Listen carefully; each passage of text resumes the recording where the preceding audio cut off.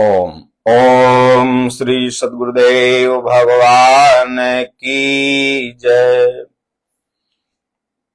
सज्जनों, आज शारदीय नवरात्र का तृतीय दिवस है। आज हम लोग भगवत चर्चा में माता पार्वती के तृतीय रूप, साधना के तृतीय चरण मां चंद्रघंटा की पूजा महत्व के बारे में तथा कलकत्ता और भारत के सभी देवी पंडालों में ये आरती गाई जाती है, अम्बे तू है जगदम्बे काली, जय दुर्गे खप्पड़ वाली। इसमें एक लाइन है कि दानव दल पर टूट पड़ो मां करके सिंह सवारी। अगर मां आएगी तो किस दानव को मारेगी, दानव का परिभाषा क्या है और मानव की परिभाषा क्या है, इस पर हम लोग चर्चा करेंगे। तो सबसे पहले तृतीय दिवस में जो मां चंद्रघंटा का स्वरूप है, तो उन स्वरूप की पूजा करने से आध्यात्मिक शक्ति मिलती है। भगवान ने भी गीता में कहा, अर्जुन आध्यात्म ज्ञान नित्यत्वम तत्व ज्ञानार्थ दर्शनम एतज ज्ञानम इति प्रोक्तम अज्ञानम यदतोन्यथा। साधक, क्योंकि मां पार्वती एक साधक हैं, भगवान शिव को साध रही हैं। भगवान शिव कैसे मिल जाएं, इसके लिए तपस्या कर रही हैं। और मां पार्वती के साधक के गुरु कौन है? नारद जी। क्योंकि गुरु के ही अधीनस्थ रह करके कोई भी साधना कर सकता है। और इष्ट कौन है? तो शिव। क्योंकि जब तक आपको बताने वाला कोई नहीं है, यानी गुरु, और जब तक आपका धैर्य पूर्वक स्थिरता नहीं है, यानी अपना लक्ष्य कि मैं करूंगा, और इष्ट मतलब हमें ये प्राप्त करना है, तो माता पार्वती के पास ये तीनों हैं। गुरु भी हैं, यह लगन भी है कि नहीं बरहूं शंभु न तरहूं कुंवारी, कोटि जन्म तक रगड़ी हमारी, और शिव को पाना है। तो इसलिए मां पार्वती अपनी साधना तपस्या में सफल रहती है। तो अगर ये किसी भी साधक को साधना में सफल होना है तो ये तीनों होना उसके लिए जरूरी है। या अगर आप सांसारिक जीवन में हैं, तो विद्यार्थी हैं, बिजनेसमैन हैं, कुछ कोई भी हैं, तो ये तीन आपको जरूरी है। एक बताने वाला प्रेरणा स्रोत होना चाहिए, दूसरा हम करेंगे ऐसा दृढ़ निश्चय होना चाहिए, तीसरा क्या करेंगे, कहां जाएंगे, हमारा अंतिम लक्ष्य क्या होगा, निष्कर्ष क्या होगा, इसका पूर्णतः ज्ञान होना चाहिए। तो अगर कोई साधक है, साधना में लगा हुआ है, अगर गुरु नहीं है तो भी उसकी साधना पूरी नहीं होगी। अगर उसमें दृढ़ गुरु मिल गया, दृढ़ निश्चय नहीं है, तो भी साधना पूरी नहीं होगी। और अगर दृढ़ निश्चय है, अगर लक्ष्य के प्रति अनुभज्ञ है कि भाई हमें प्राप्त क्या करना है, तो भी साधना निश्चित नहीं हो। इसलिए यह दिमाग में डिक्लेयर माता पार्वती के है कि गुरु नारद जी ने जो कहा, तजौ न नारद कर उपदेशु। नारद जी जो कहें वह बिल्कुल सत्य है, क्योंकि गुरु के वचन प्रतीत न जेहि, सपने सुगम न सुख सिद्धते ही। गुरु महाराज ने जो कहा वो निश्चय निश्चल ही सत्य है, और मैं करूंगी और शिव जी को पाके रहूंगी। तो यह तीसरा जब प्रशक्ति आती है, मां चंद्रघंटा, जब साधक धैर्य पूर्वक, मतलब शैलपुत्री, दूसरा ब्रह्मचारिणी, ब्रह्मचर्य व्रत का पालन करते हुए वो उस ब्रह्म का आचरण करने लगता है, तब उसके अंदर चंद्रघंटा, वह नाम ध्वनि सुनाई पड़ने लगती है। श्वास पहले संकल्प रहित नहीं थी, संकल्प इसके साथ आता जाता था, अब ये श्वास संकल्प रहित हो गई। जब श्वास संकल्प रहित हो जाती है, तब ये हृदय चंद्रमा के समान शीतल हो जाता है। घंटा माने होता है, जैसे घंटा मंदिरों में लगता है, घंटा का काम है ध्वनि प्रदान करना, तो वह नाम की ध्वनि सुनाई देने लगी। जैसा पूज्य गुरुदेव भगवान कहते हैं कि श्वास गई तो ओम, आई तो ओम, गई तो ओम। पहले बैखरी से जपता था साधक, फिर मध्यमा से, फिर पश्यंती, फिर परा। तो इसलिए माता पार्वती के इन तीसरे रूप में आप सर्च करेंगे तो क्या मिलता है, तो आध्यात्मिक शक्ति। साधक के अंदर आध्यात्मिक शक्ति आने लगी। पूज्य गुरुदेव भगवान ने अपने देवी के स्वरूप पुस्तक में यह समझाने का प्रयास किया है कि हम सब लोग जो एक भावना मन में डिगा लिए हैं कि ये दुर्गा जी 9 दुर्गा हैं, या दुर्गा जी के 9 रूप हैं, या मां पार्वती अलग हैं, दुर्गा जी अलग हैं। नहीं, ये दोनों एक ही हैं। साधना का एक स्तर है, जैसे जैसे मां की साधना उन्नत होती गई, एक नाम पड़ता गया। अब आप इस बात को समझ लिए होंगे, इसलिए आज पूरे भारतवर्ष में मां चंद्रघंटा के स्वरूप की पूजा कर लोग आध्यात्मिक शक्ति प्राप्त करें। आध्यात्मिक शक्ति मतलब अपने आत्मा का उत्थान करें, भजन चिंतन करें। अब हम सब लोग कल चौथे स्वरूप की चर्चा करेंगे। जैसा कि मैं बताया कि दानव कौन है और मानव कौन है, इस आरती में लिखा हुआ है कि दानव दल पर टूट पड़ो मां।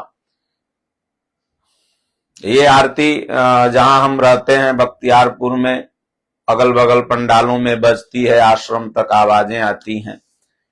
तो हमने सोचा कि क्यों न इस आरती का अर्थ जाना जाए, और मां के सामने जो प्रार्थना कर रहा है वो दानव है कि मानव है, और अगर वो मां उस समय पंडाल में प्रकट हो जाएगी तो किस दानव को काटेगी? क्या वो दानव पाताल लोक में है या वो पंडाल के ठीक सामने ही खड़ा है? आज देखिए, बेटियों पर नाना तरह का अत्याचार होता है, माताओं पर नाना तरह का अत्याचार होता है समाज में, तो क्या वो मानव है? नहीं। तो आइए सबसे पहले हम लोग आरती समझें। भारती जी की आरती है बड़ा बढ़िया। अम्बे तू है जगदम्बे काली, जय दुर्गे खप्पड़ वाली, तेरे ही गुण गाए भारती। ओ मैया तेरे ही गुण गाए भारती। ओ मैया हम सब उतारे तेरी आरती। ओ मैया हम सब उतारे तेरी आरती। पहली ही लाइन है कि तेरे भक्त जनों पर मैया भीड़ पड़ी है भारी, दानव दल पर टूट पड़ो मां करके सिंह सवारी। 100 सिंहों से है बलशाली, है अष्टभुजाओं वाली, दुखियों को दुख से निबाड़ती, दुखियों को दुख से उबारती। अम्बे तू है जगदम्बे काली, जय दुर्गे खप्पड़ वाली, हम सब उतारे तेरी आरती, तेरे ही गुण गाए भारती। माँ बेटे की है इस जग में बड़ा ही निर्मल नाता, माँ बेटे का इस जग में बड़ा ही निर्मल नाता। पूत कपूत सुने हैं पर ना माता सुनी कुमाता, सब पे करुणा बरसाने वाली, अमृत बरसाने वाली, दुखियों को दुख से उबारती। अम्बे तू है जगदम्बे काली, जय दुर्गे खप्पड़ वाली, तेरे ही गुण गाए भारती। ओ मैया हम सब उतारे तेरी आरती। नहीं मांगते धन और दौलत, ना चांदी ना सोना, हम तो मांगे मां तेरे मन में एक छोटा सा कोना। सबकी बिगड़ी बनाने वाली, लाज बचाने वाली, सतियों के सत को सवारती। ओ मैया हम सब उतारे तेरी आरती। ओ मैया हम सब उतारे तेरी आरती। अम्बे तू है जगदम्बे काली, जय दुर्गे खप्पड़ वाली, तेरे ही गुण गाए भारती। ओ मैया हम सब उतारे तेरी आरती। चरण शरण में खड़े तुम्हारी, ले पूजा की थाली, वरद हस्त पर रख दो मां, संकट हरने वाली। वरद हस्त सर पर रख दो मां, संकट हरने वाली। दया भक्ति दया भर दो भक्ति रस प्याली, मैया भर दो भक्ति रस प्याली। अष्ट भुजाओं वाली, भक्तों के कारज तू सवारती। ओ मैया हम सब उतारे तेरी आरती। ओ मैया हम सब उतारे तेरी आरती। अम्बे तू है जगदम्बे काली, जय दुर्गे खप्पड़ वाली, तेरे ही गुण गाए भारती। ओ मैया हम सब उतारे तेरी आरती। जय दुर्गे खप्पड़ वाली, तेरे ही गुण गाए भारती। ओ मैया हम सब उतारें तेरी आरती। अम्बे तू है जगदम्बे काली। जो भी साधक होते हैं, संत होते हैं, वो साधक में चाहे माताएं रही हों, चाहे पुरुष रहे हों, वो साधक ही हैं। उनके हाथों में तो खप्पर होता ही है ना। खप्पर रखते हैं हाथों में, इसलिए यहां अम्बे तू है जगदम्बे काली, जय दुर्गे खप्पड़ वाली,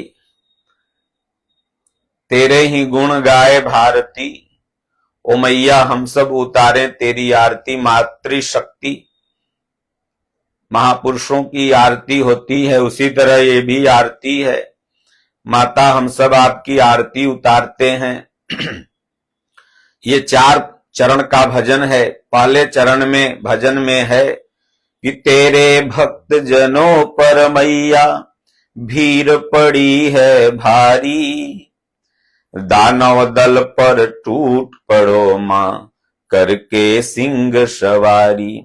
माता जी जो आपके भक्त लोग हैं उन पे बड़ी भीड़ भारी आई है, बड़ा संकट आया है, बड़े मुसीबत में पड़ गए हैं।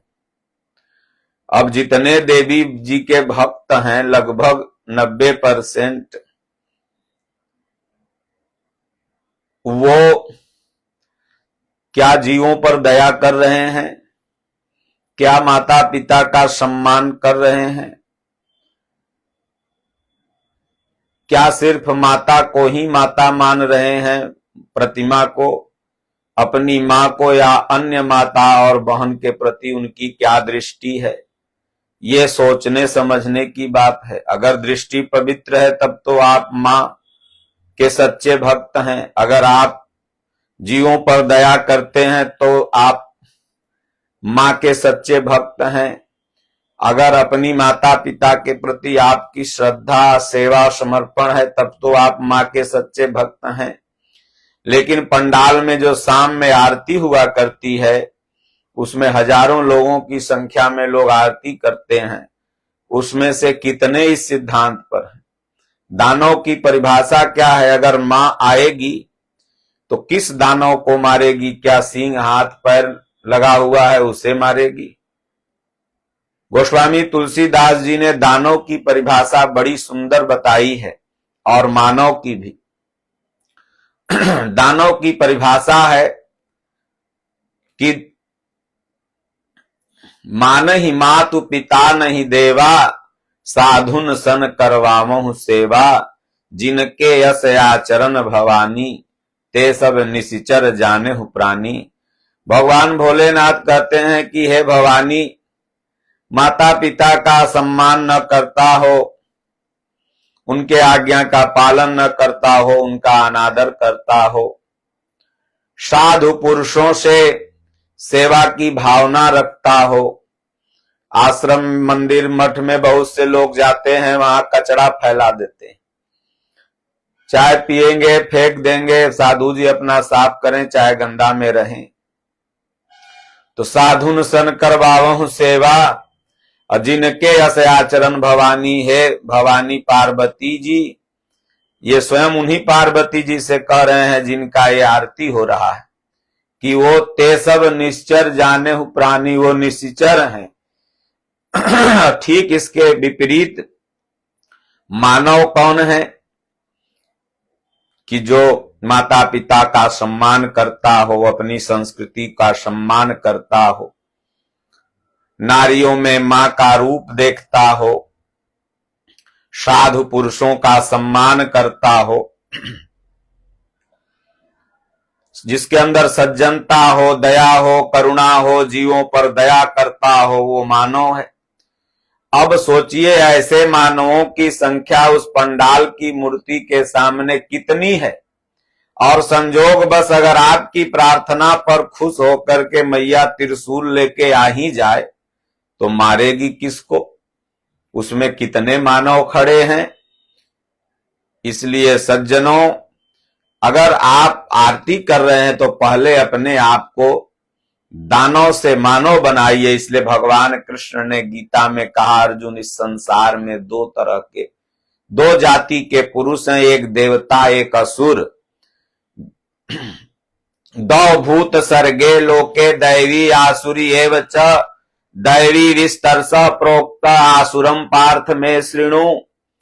जिनका आचरण असुरों जैसा है, महिषासुर जैसा है, रावण जैसा है, कंस जैसा है, वह व्यक्ति असुर है। ऐसा नहीं कि कोई दुनिया में असुर था, बल्कि वही व्यक्ति असुर है।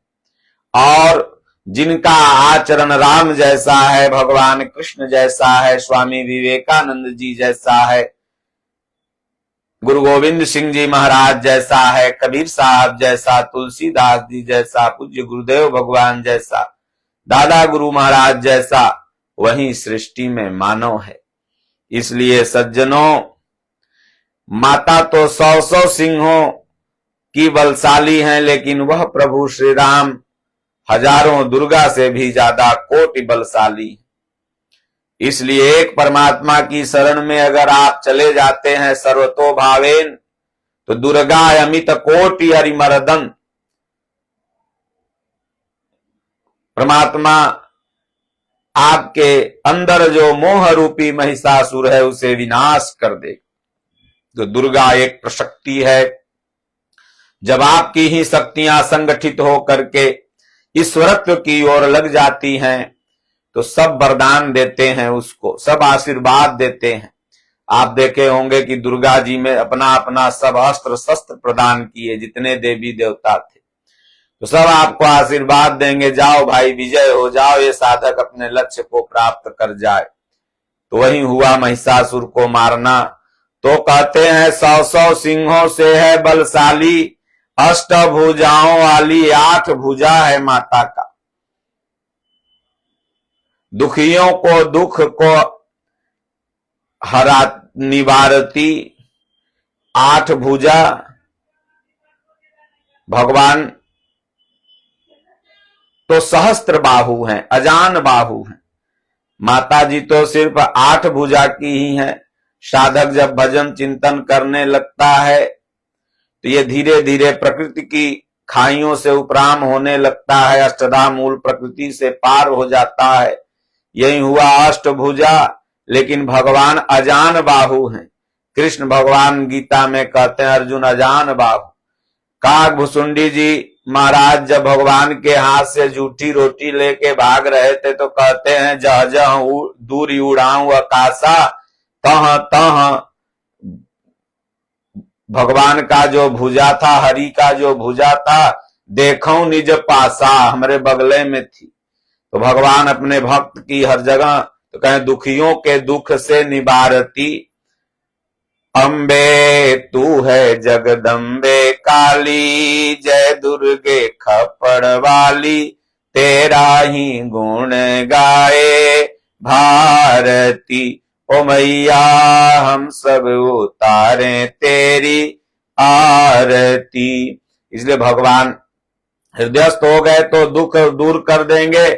आगे की दूसरी की मां और बेटे के प्रति बड़ी सुंदर लाइन है। सज्जनों, मां और पुत्र का व्यवहार सिर्फ भारत में है और भारत में भी सनातन धर्म में है। बाकी और धर्मों में न मां को मां समझा जाता है, न पुत्र को पुत्र। यहां तक कि शादी विवाह की भी तमाम समस्याएं हैं। लोग शादी विवाह भी अदर धर्म में कर लेते हैं। केवल ये अगर सनातन धर्म इतना महान है कि यहाँ रिश्ता है और रिश्ता ही मनुष्य को मनुष्य बनाता है, नहीं तो फिर जानवर और पशु में फिर अंतर क्या है? मनुष्य भी जानवर ही हो जाएगा। जैसे जानवरों में कोई रिश्ता नहीं है, कोई किसी को मां नहीं चिंता, वह गाय का बछड़ा रहता है, उसी गाय के ऊपर चढ़ता है। लेकिन इंसानों में है कि नहीं, ये माई है, ये बहन है, ये फुआ है, ये साली है, चच्चा है, चाची है, ये दद्दा है, ये बब्बा है, और सबके साथ अपना अलग अलग व्यवहार होता है। यही सनातन धर्म की सबसे बड़ी महानता है और ये अन्य धर्मों में नहीं मिलेगा आपको। आप ढूंढ लीजिए, भाई बहन का रिश्ता नहीं है, माता पिता का रिश्ता नहीं है, चाचा चाची का रिश्ता नहीं है।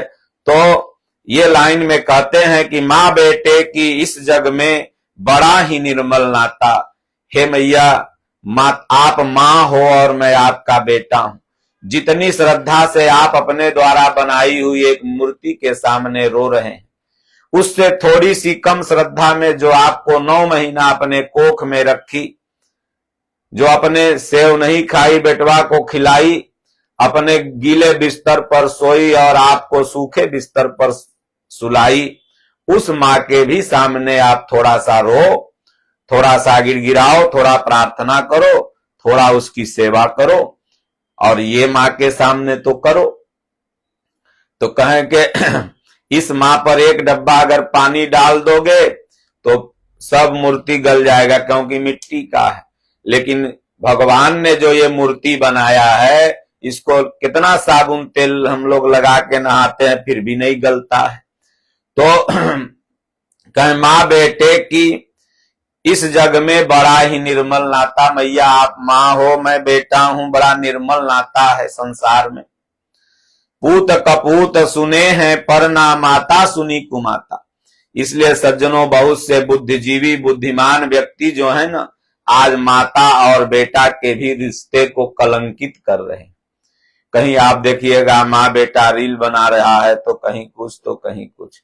तो इस रिश्ते को पाश्चात्य सभ्यता से अगर आप प्रेरित होंगे तो ये माँ बहन का, भाई बहन का, माता और पुत्र का रिश्ता कलंकित होगा। इसलिए सनातन धर्म से आप ओत प्रोत रहें, सनातन धर्म को ही अपना आदर्श माने। आज तमाम जो स्कूल हैं जो सनातन धर्म के खिलाफ में चल रहे हैं, पाश्चात्य सभ्यता द्वारा ये तमाम स्कूल दक्षिण भारत से पूरे भारत में चलाए जा रहे हैं। ये स्कूलों की ही देन है कि आज बच्चे भाई बहन माता पुत्र के रिश्ते को कहेंगे वो तो ओल्ड मैन है यार, हम लोग अभी अच्छे मैन हैं, हम लोग वर्तमान में जी रहे हैं, हम लोग मॉडल मैन हैं हम लोगों को, अरे वो सब पुराने थे ऐसे मानते थे। नहीं, ये बेवकूफी है। तब फिर आप पशु हो जाएंगे, असुर हो जाएंगे और मां आएगी तो आपको ही काटेगी। तो पूत कपूत सुने हैं पर ना माता सुनी कुमाता। पुत्र भले कपूत हो जाए, नालायक हो जाए, लेकिन मां अपने पुत्र का सदैव हित चाहती है। मां अपने पुत्र के लिए सदैव रोती है। इसलिए मां आप करुणा बरसाओ।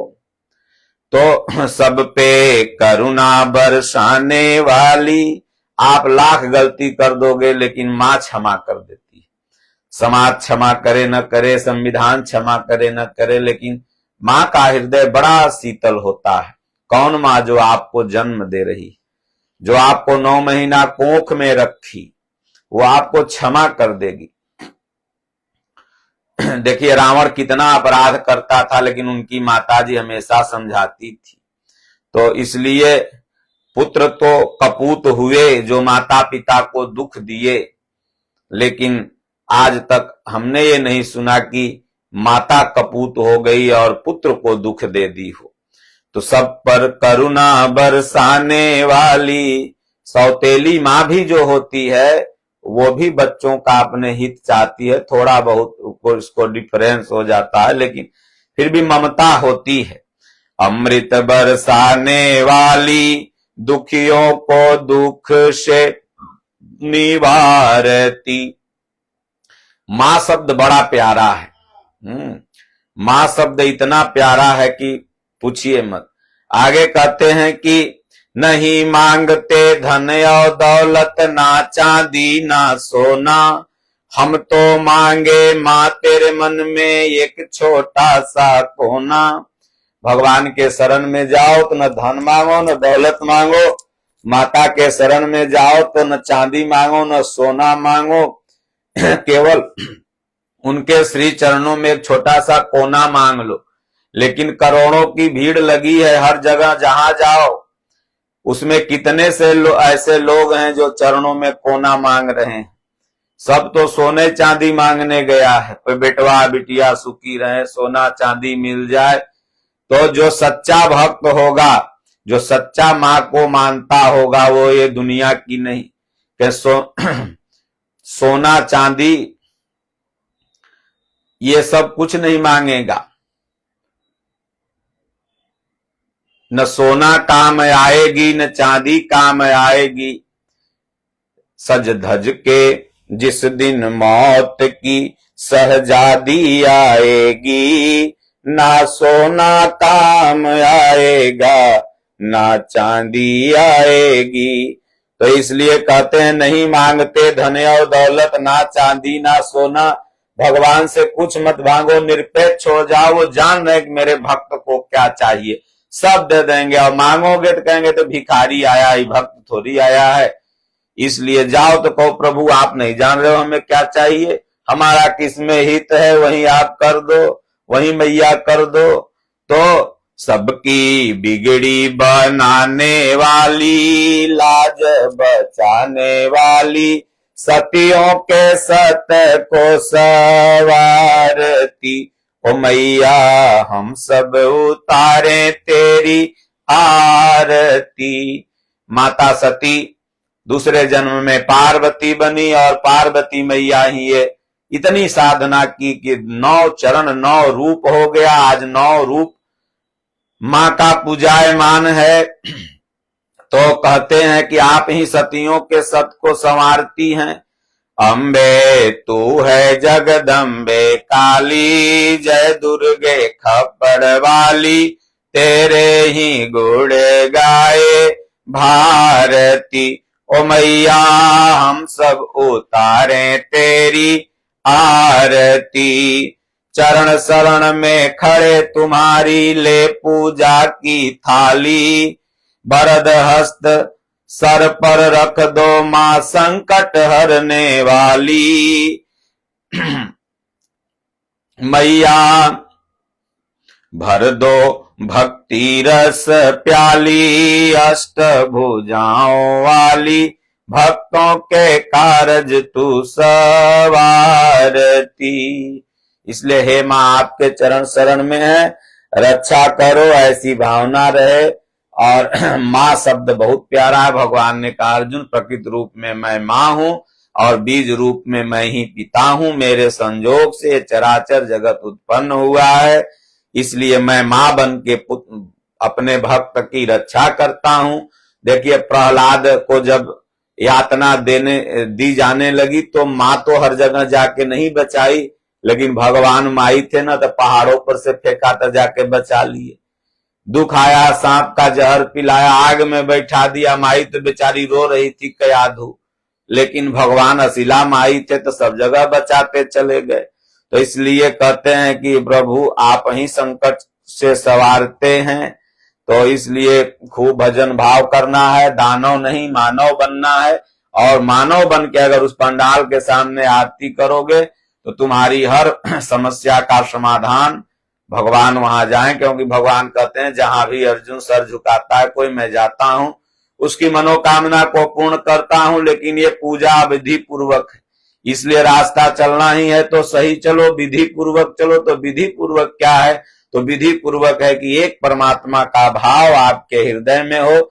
आप जहां भी जाओ अपने एक इष्ट को ही देख के दंडवत प्रणाम करो, गुरु के बताए हुए मार्गदर्शन पे चलो। माता पार्वती विधि पूर्वक पूजा कर रही थी, उनका गुरु भी कंफर्म थे, लक्ष्य भी कंफर्म था और खुद भी कंफर्म थी। ये पूजा विधि पूर्वक हुआ, लक्ष्य मिल गया। बोलिए श्री सद्गुरुदेव भगवान।